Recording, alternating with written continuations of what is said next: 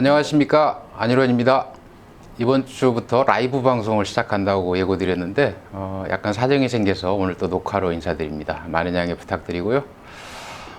지난주에는 과거 선거들을 돌아보면서 총선 전망과 그리고 우리 후보님들이 절대 하지 말아야 할 것들 몇 가지를 짚어봤는데요. 오늘은 큰 틀에서 내년 총선의 보조지표들을 좀 살펴보고 선거법상 가장 중요한 선거 자금의 키포인트를 살펴보겠습니다. 지난 1강에서 거시지표 위주로 내년 총선 전망을 좀 살펴봤습니다. 다시 한번 요약을 해보면 거시지표는 야권에 굉장히 유리해 보이지만 그 안에 숨어있는 어떤 맥락과 행간을 짚어보면 결코 야권이 호락호락하지 않은 총선이 펼쳐질 거다라는 전망을 드렸었는데요. 오늘은 구조적 변화가 지난 4년 사이에 어떤 변화가 있었는지 보조적인 지표들을 살펴보고 내년 총선 전망을 일단락 짓는 것으로 하겠습니다. 자, 먼저 핵심 변수 중에 하나가 고령화가 있습니다. 지금 2014년부터 2022년 12월 말 현재까지의 전국 평균 연령의 추이를 지금 이 그래프에 보여드리고 있는데 출처는 우리 행정안전부의 주민등록 인구 통계에 가시면 확인할 수 있고요. 특히 우리 출마자들 지역구를 분석할 때도 당연히 이런 기초 분석이 필요하고 역시 이 사이트에 가시면 시군구별로 이런 자료들을 언제든지 확인할 수 있습니다. 2022년 작년 12월 현재 전국 평균 연령이 44.2세고요. 정확히 4년 전 대비 2.1세 상승했습니다. 그러니까 연평균 약 0.5세 약간 상회하는 평균 연령이 지금 높아지고 있고 우측에 있는 그래프는 이 평균 연령과 득표율 상관 분석을 회귀 분석한 그래프인데 예를 들면 경기도, 대한민국의 이제 축소판이 경기도잖아요. 31개 시군이 있고 도농 복합성 특성을 가지고 있고 전국에 가장 많은 인구를 보유한 도가 이제 경기도인데 경기도를 예로 들면 2020년 총선 경기도 비례대표 정당 득표율과 관련해서 평균 연령이 1세 높은 지역일수록 파란색 그 점들이 이제 민주당 계열 더불어시민당, 열린민주당이었죠. 두 당의 득표율의 이 분포도를 나타내는데 쉽게 말해서 평균 연령이 1세 높은 지역일수록 민주당 계열의 득표율은 0.8%포인트 낮아지고 반대로 미래한국당, 지금의 국민의힘이죠. 국민의힘의 정당 득표율은 평균 연령이 1세 높아질수록 평균 1.1%포인트 득표율이 높아지더라. 즉, 우리나라 선거와 관련해서 지역구도, 계급구도 여러 가지 이제 구조적인 구도가 있는데 그 중에서 이 세대구도와 보조지표인 이 평균 연령과 득표율 간에 상당히 유의한 어떤 상관성이 있다라는 겁니다. 이걸 설명드린 취지는 아까 말씀드린 것처럼 평균 연령이 연평균 약 0.5세씩 높아지고 있고 사람이 나이가 들면 당연히 안정희구적이고 보수화될 수밖에 없습니다.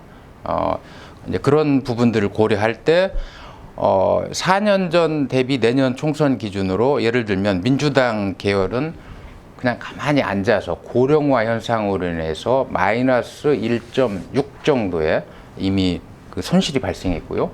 반면에 국민의힘은 플러스 2 정도의 득표율 상승 요인이 이미 발생하고 있다. 구조적인 어떤 하나의 변화라고 보여지고요. 두 번째로 중요한 구도가 이제 세대 구도가 있습니다. 지금 작년 대선에서도 또렷이 확인이 됐지만 출구조사, 방송 3사 출구조사 기준 이제 세대별 지지율을 10년 전 18대 대선과 20대 대선 두 지지율을 지금 이제 비교 분석을 해놓은 건데 작년 대선에서는 이재명 후보는 40, 50대에서 강세를 보였고 윤석열 후보는 60대 이상에서 거의 더블 스코어 이상으로 이재명 후보를 압도한 걸로 나타났고요.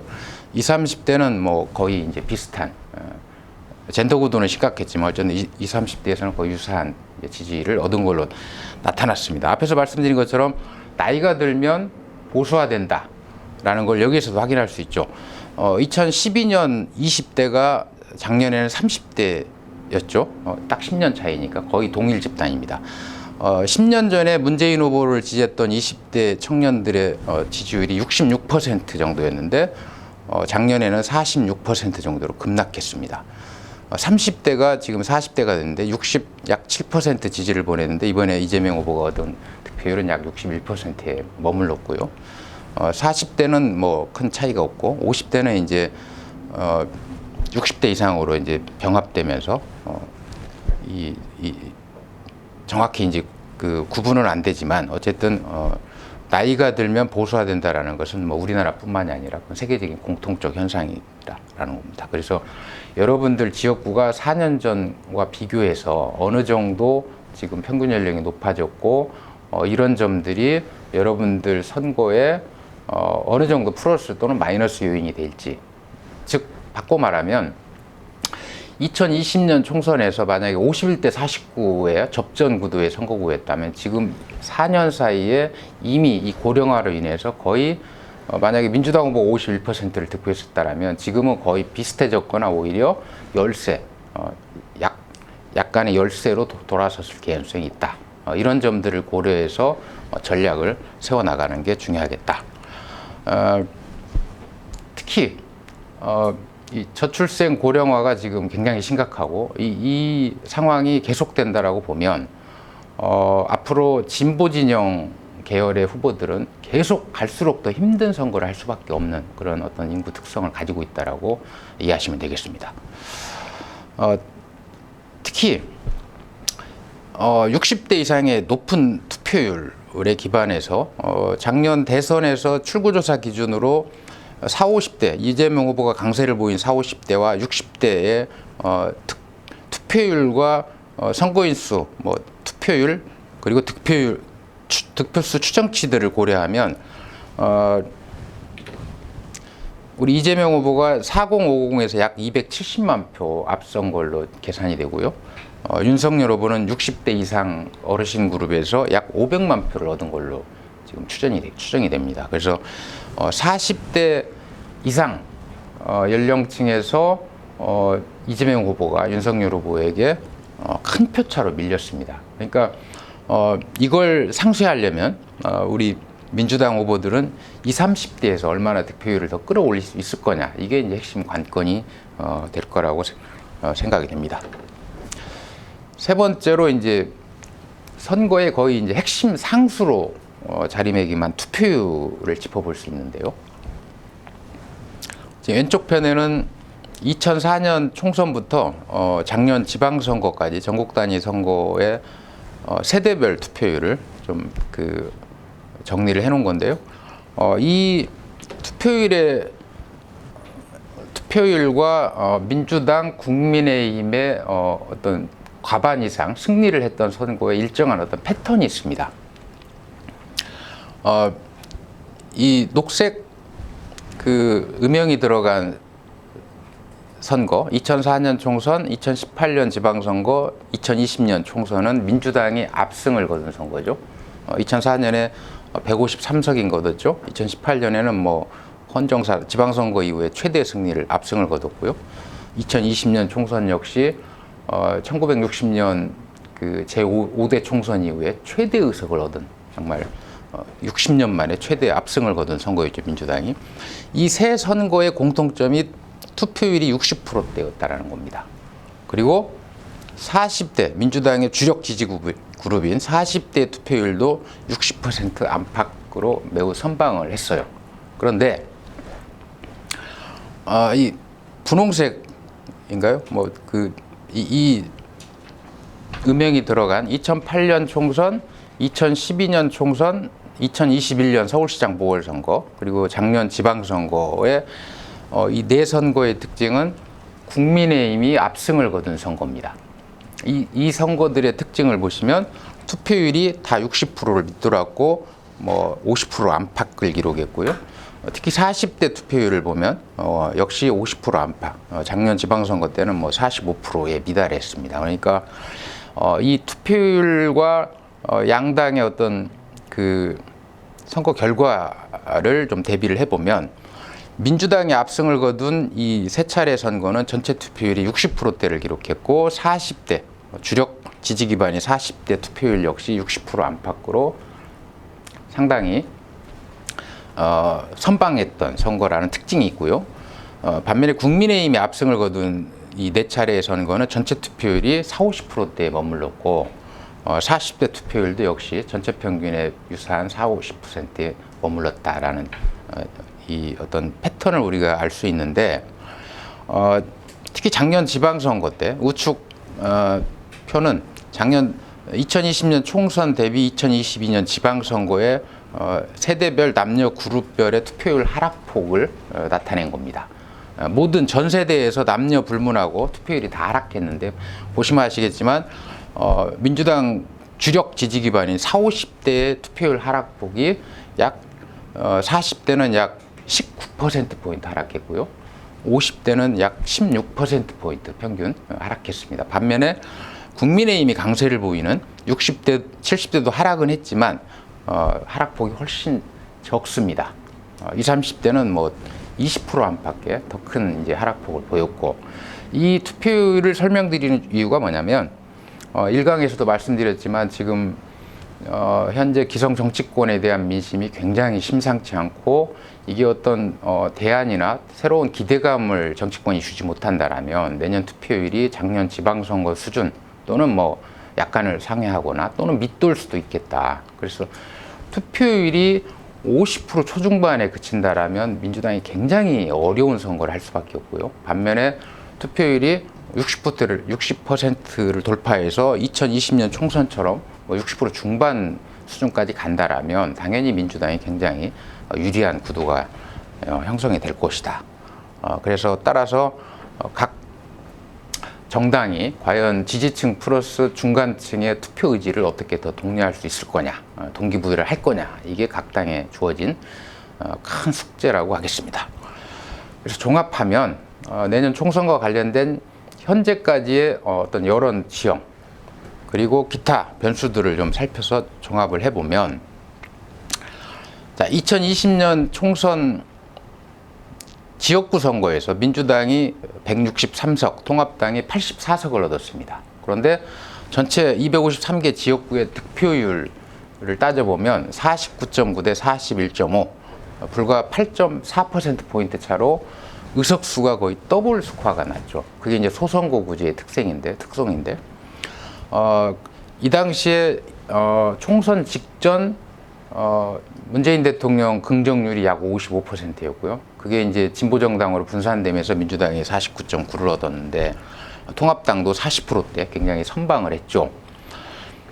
그럼에도 불구하고 지금 민주당이 어려운 선거를 할 수밖에 없는 어떤 거시지표에 대해서 1강에서 말씀드렸지만 항상 보수당이 집권했을 때 굉장히 어려운 상황에서도 총선 직전 이명박 박근혜 대통령 긍정률보다 새누리당 국민의힘은 최소 플러스 5%포인트 이상의 지역구 득표율을 올렸습니다. 그러니까 지금 윤석열 대통령이 지금 5월 4주차 현재 공표조사 평균 긍정률이 대략 39%인데 거기에 대략 5% 정도를 플러스 해준다라면 40 중반 정도를 지금 득표할 수 있다라는 그런 상승 여력을 가지고 있고 그만큼 선거라는 건 풍선 효과가 있잖아요. 한쪽이 많이 가져가면 한쪽은 뭐 줄어들 수밖에 없고 따라서 그 정도 수준의 민주당이 불리한 어떤 요소로 작용할 여지가 있고 특히 오늘 살펴본 고령화에서도 플러스 마이너스 벌써 1, 2 정도의 어떤 구조적 변화가 지금 발생했다. 특히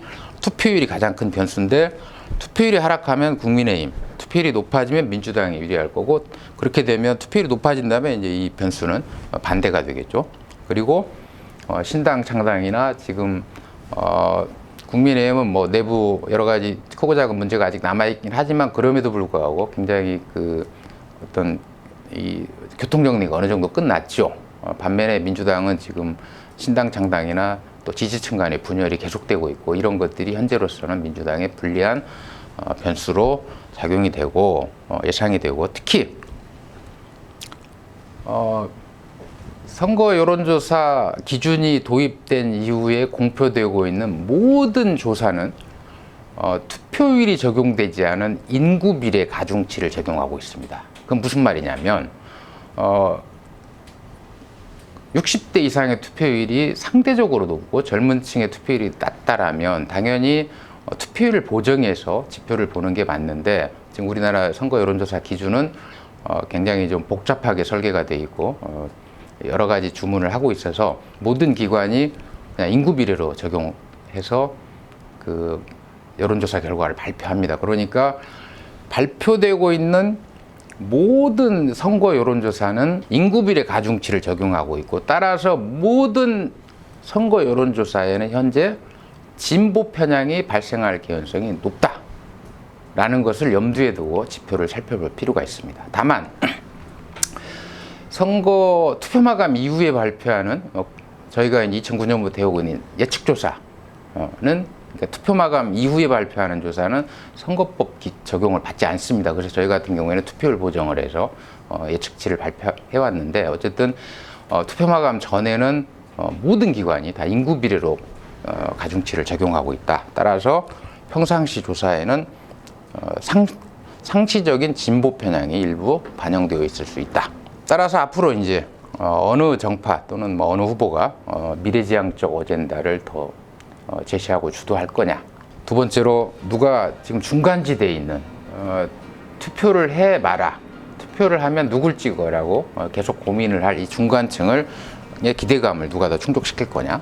예를 들면 앞으로 이제 각 정당이 이제 쇄신 공천, 혁신 공천을 이제 주도하려고 할 텐데, 어느 당이 정말 국민 눈높이에 맞는 그런 혁신 공천을 단행할 거냐, 이런 것도 하나의 이제 중간층의 기대감을. 특히 이제 아까 말씀드린 것처럼 투표율이 굉장히 중요한데, 거의 뭐 모든 선거의 운명을 가를 상수로 이제 투표율이 지금 자리매김한 상태인데, 누가 더 자기 지지층의 투표 의지를 독려하고 제공할 수 있느냐.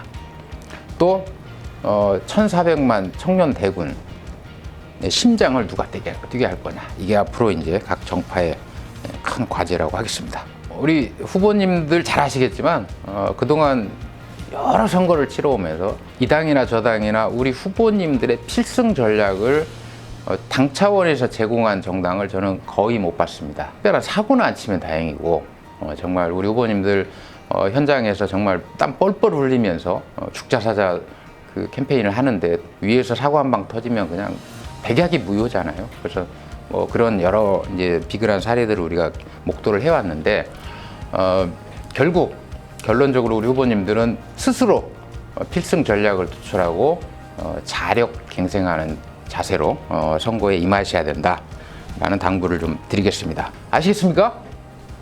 우리 나당선 후보님이 역시 준비가 잘 되어 있는 것 같습니다.